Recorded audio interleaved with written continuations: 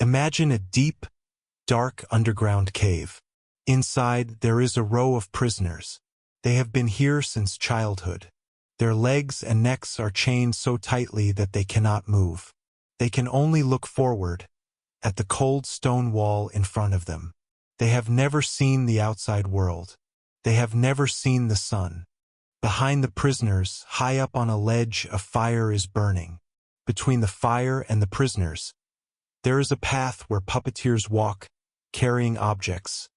Figures of animals, statues of kings, weapons and tools.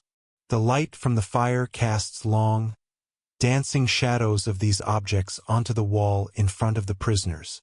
For these prisoners, the shadows are reality. They give names to the shadows. They fear them. They admire them. If a shadow of a lion passes, they tremble. If a shadow of a king passes, they bow. They do not realize they are looking at mere reflections. They are trapped in an illusion, but because everyone around them is also trapped, they believe this is all there is to life. This cave is not just a myth. This cave is our modern world.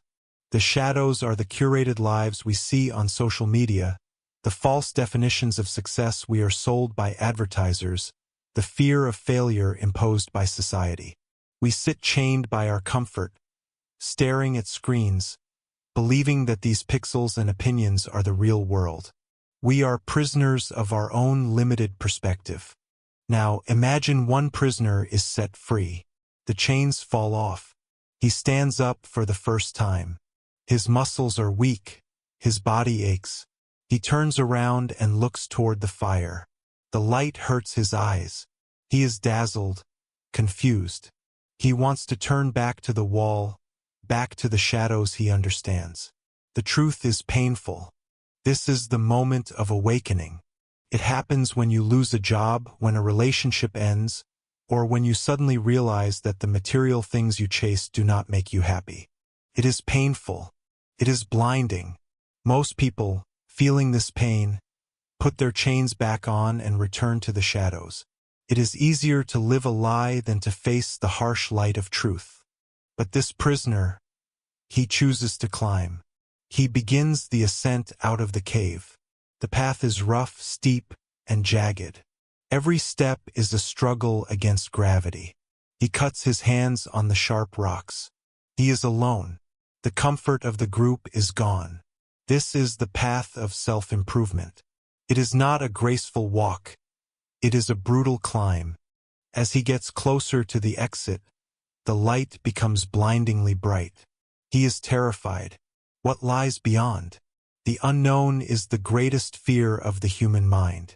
But he remembers the emptiness of the shadows on the wall. He realizes that the pain of growth is better than the comfort of stagnation. He pushes forward. Finally, he drags himself out of the cave and into the open world. For a moment, he is blind. The sun is too powerful. But slowly, his eyes adjust. He sees the vibrant green of the trees. He sees the vast blue sky. He feels the warmth of the real sun on his skin, not the flickering heat of a fake fire. He realizes that everything he thought was real in the cave was just a poor copy. The shadow of the lion was nothing compared to the majesty of a real lion. The shadow of beauty was nothing compared to the beauty of the world. He experiences a profound shift. He is no longer defined by what others project onto him. He is free. This is the state of enlightenment or simply maturity. It is seeing the world as it is, not as you are told it should be. It is realizing that your fears were just shadows on a wall. They had no substance. You understand that you have the power to define your own reality, your own values, your own meaning. But the story does not end here. The freed man looks back at the dark entrance of the cave. He thinks of his friends, his fellow prisoners who are still chained, staring at the wall. He feels a deep responsibility. He cannot just enjoy the sun alone. He must go back. The descent is just as hard as the ascent. Going back into the darkness feels suffocating. When he reaches his old seat, he tries to explain the truth to the others. The shadows are not real, he shouts. There is a world of color and light outside. You are free if you just stand up. But they do not believe him. They laugh at him. They say his eyes are ruined because he cannot see the shadows as well as he used to. They call him crazy. They threaten him. This is the burden of the visionary. When you change, your old environment will try to pull you back. They love their chains because the chains are familiar. Today you have a choice.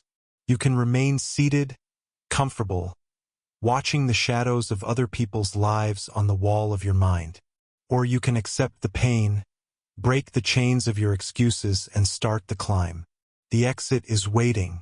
The sun is real. Stand up. This is your most important step.